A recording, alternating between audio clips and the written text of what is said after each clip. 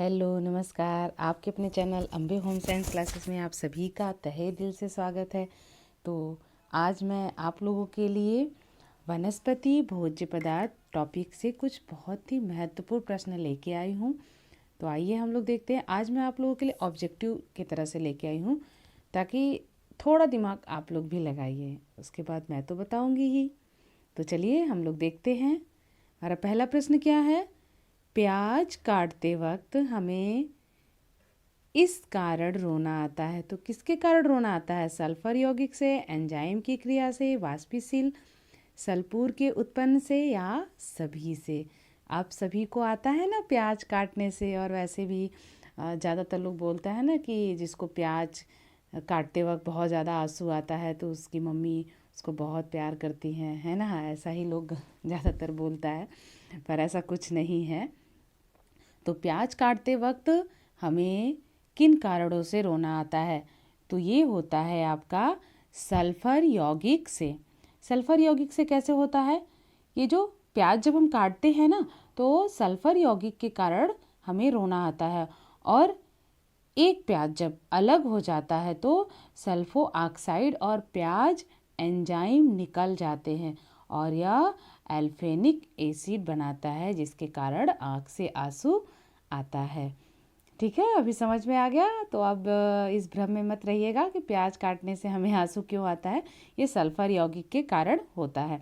दूसरा प्रश्न है, परिरक्षक जो रंगीन फलों के रसों में डाला जाता है तो वो क्या होता है? परिरक्षक जो होता है वो बेंजोइक अम्ल। ये फलों के रसों में डालने से क्या होता है? वो रंगीन हो जाता है। तीसरा प्रश्न है, फल तथा सब्जी अच्छे स्रोत होते हैं। निम्न में से किसके किसके होते हैं? खनिज लवण, प्रोटीन तथा वसा के। दूसरा है आपका कार्बोज, विटामिन, खनिज लवण। सी है आपका खनिज लवण, विटामिन, रेसे। और डी है प्रोटीन, वसा, कार्बोज। सोचिए आप सभी लोग, फटाफट सोच के बताइए क्या होगा इसमें। तो इसमें होगा खनिज लवण, विटामिन, रेसे। अब ये कैसे है फल तथा सब्जी के अच्छे स्रोत?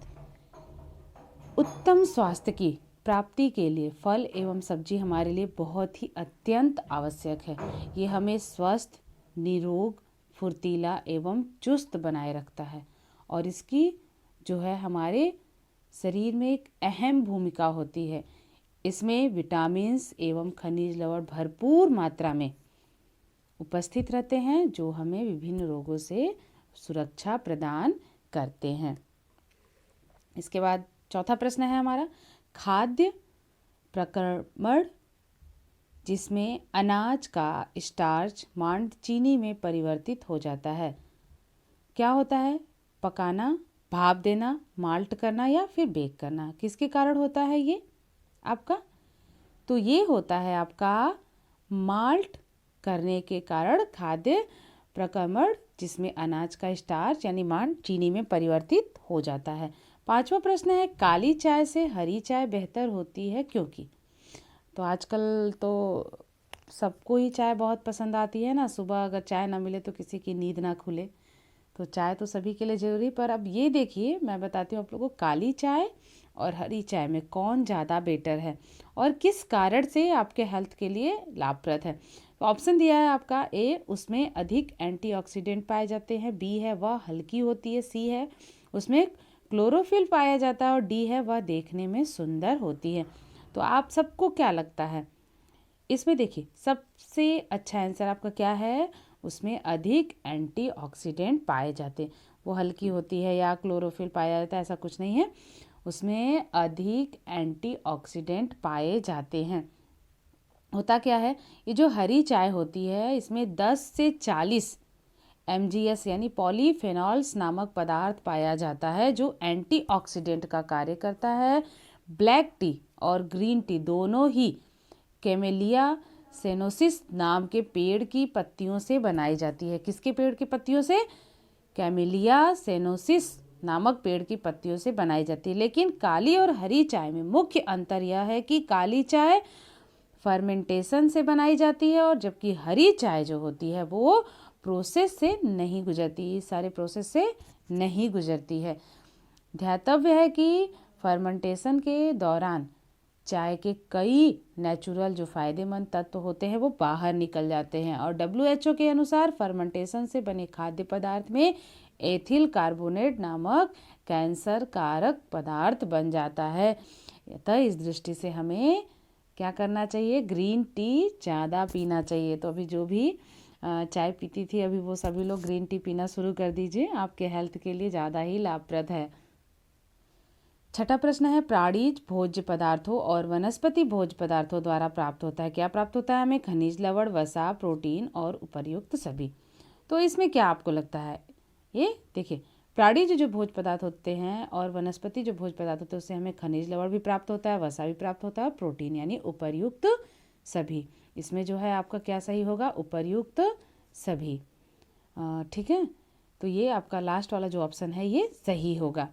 किस लिए? क्योंकि जो ये वसा और प्रोटीन, विटामिन, ये तीनों ही हमें प्राणी भोज्य पदार्थ से और वनस्पति भोज्य पदार्थ द्वारा प्राप्त होता है। और प्राणी जगत में दूध तथा दूध से बने भोज्य पदार्थ जैसे मक्खन, दही, पनीर, घी, ये सब में क्या होता है? वसा की प्राप्ति होती है।